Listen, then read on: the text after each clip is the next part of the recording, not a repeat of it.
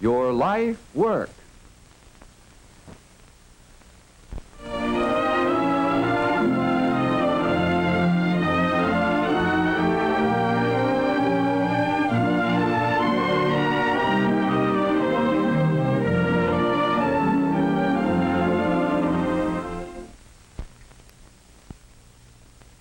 If a lump of calcium carbide is dropped into water, bubbles of gas will rise. If this gas is ignited with a match, it will burn. The gas is acetylene, and when mixed with oxygen in the proper proportion, it produces the intensely hot blue oxyacetylene flame used in welding. The equipment necessary for oxyacetylene welding consists of a cylinder of oxygen, an oxygen regulator, a cylinder of acetylene, an acetylene regulator, lengths of oxygen and acetylene hose, and a welding torch.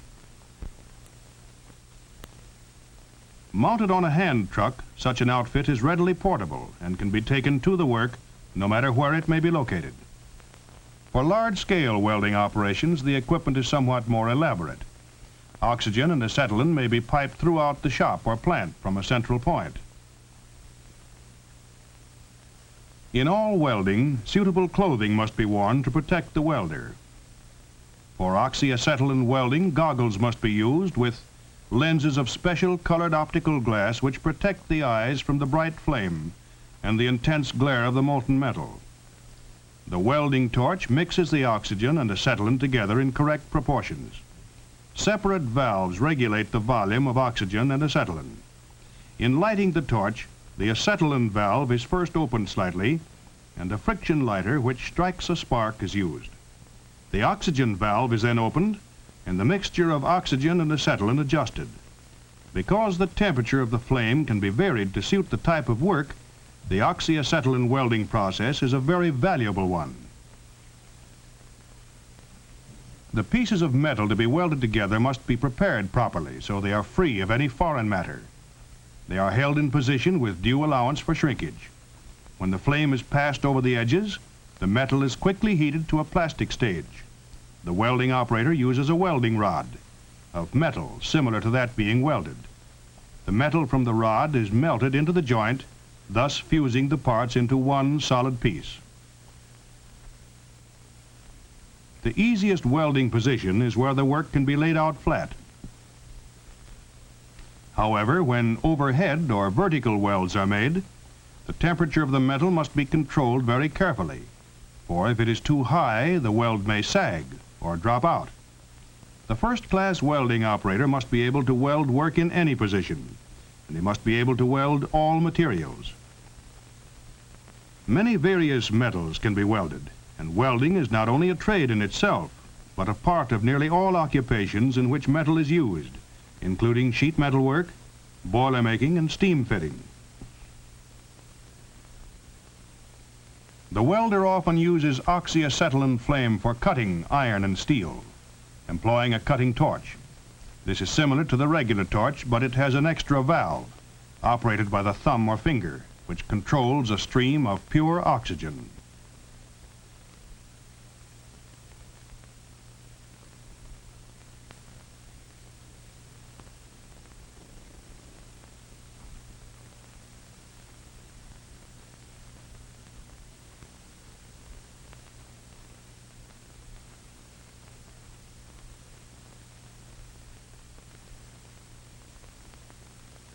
The metal is brought to a red heat at the point where the cut is to start. The cutting oxygen valve is then opened. The stream of pure oxygen combines chemically with the hot metal and burns it away along whatever pattern the torch follows. This process may be used to cut very thick metal and may also be used to cut metal underwater.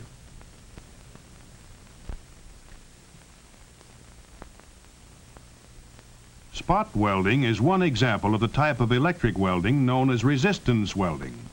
One of its important uses is that of joining sheet metal together. The spot welder is a machine with two copper electrodes. The sheet metal to be welded is placed between the points of the electrodes and the current is turned on.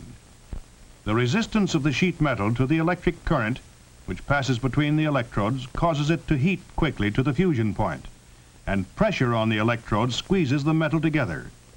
Other types of resistance welding are similar in nature.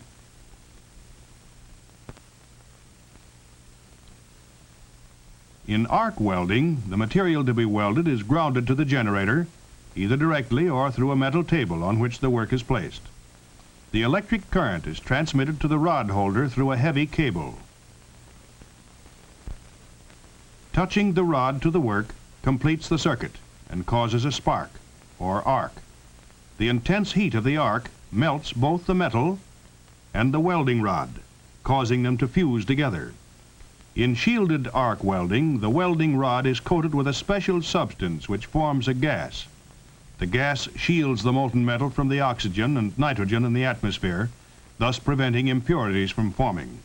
A weld of high quality is the result.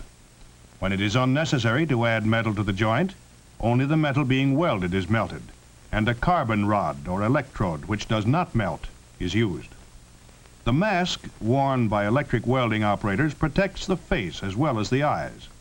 The electric arc gives off ultraviolet rays, so there must be no bare skin exposed, and clothing must be worn which will protect the operator from burns.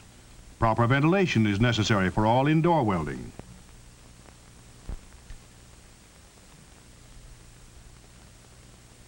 In production work, the welding operator may work on only one kind of material, held in a jig or form, and with just one kind of welding equipment.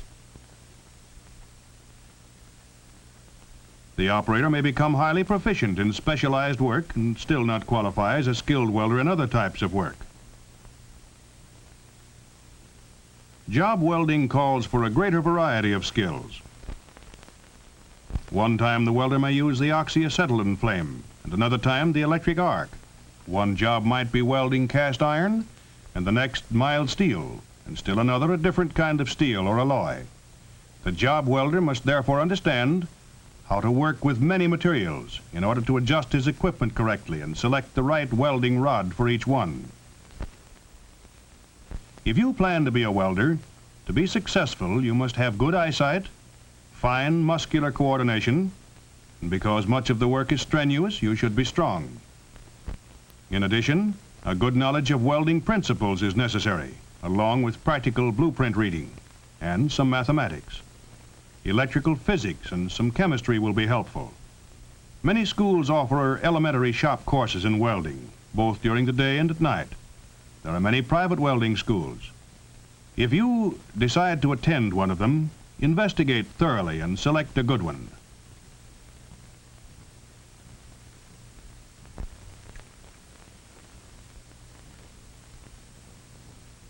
Many machine parts which used to be cast as one piece are now welded from steel plates.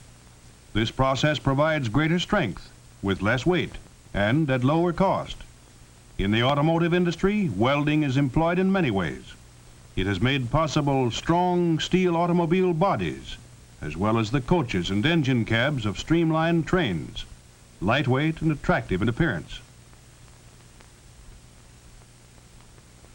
The stout tubular frameworks of airplanes are welded, as are countless other parts, from fuel tanks to landing gears.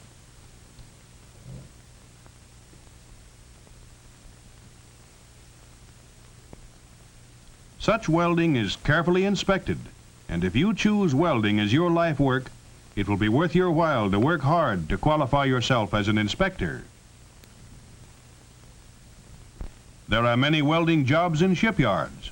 Large hull sections can be welded together in shops, then hauled and hoisted to the ways and welded into a complete hull.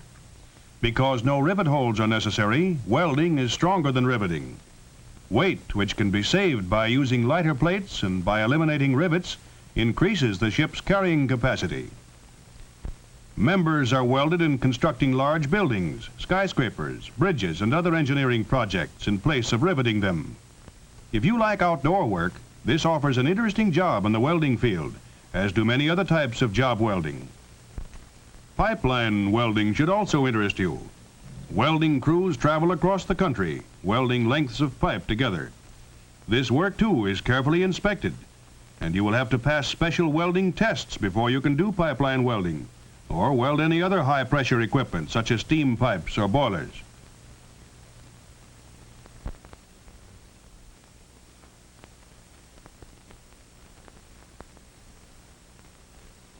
New applications of welding are continually being employed in many industries, and as a result, the welding field will probably continue to grow.